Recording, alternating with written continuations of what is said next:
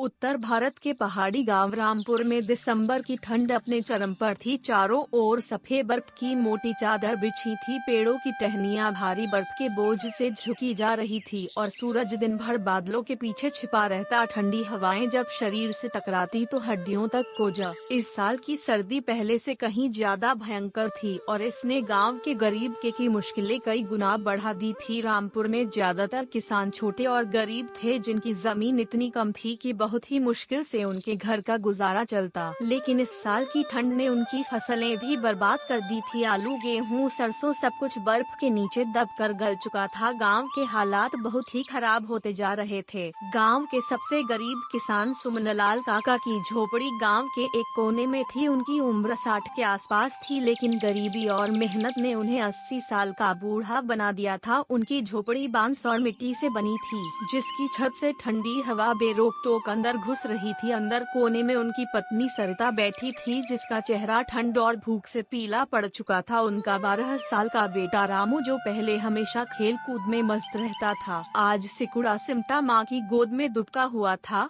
ठंड और भूख ने उसकी हड्डियों तक को कमजोर कर दिया था। सुमनलाल काका ने अपने फटे पुराने कंबल को कसकर लपेटा और अपनी पत्नी की ओर देखा। सरिता, घर में कुछ खाने को बचा है? नहीं जी, कल रात की बची आधी रोटी थी, वही रामू को खिला दी। अब कुछ भी नहीं बचा बाबा, बहुत तेज भूख लगी है और ठंड भी बहुत लग रही है।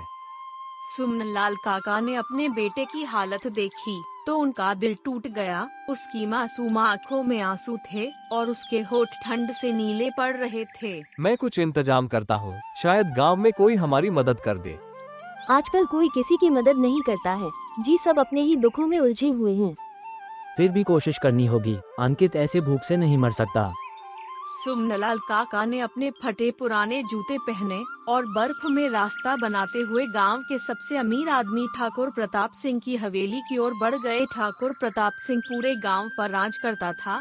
वह जमींदार था।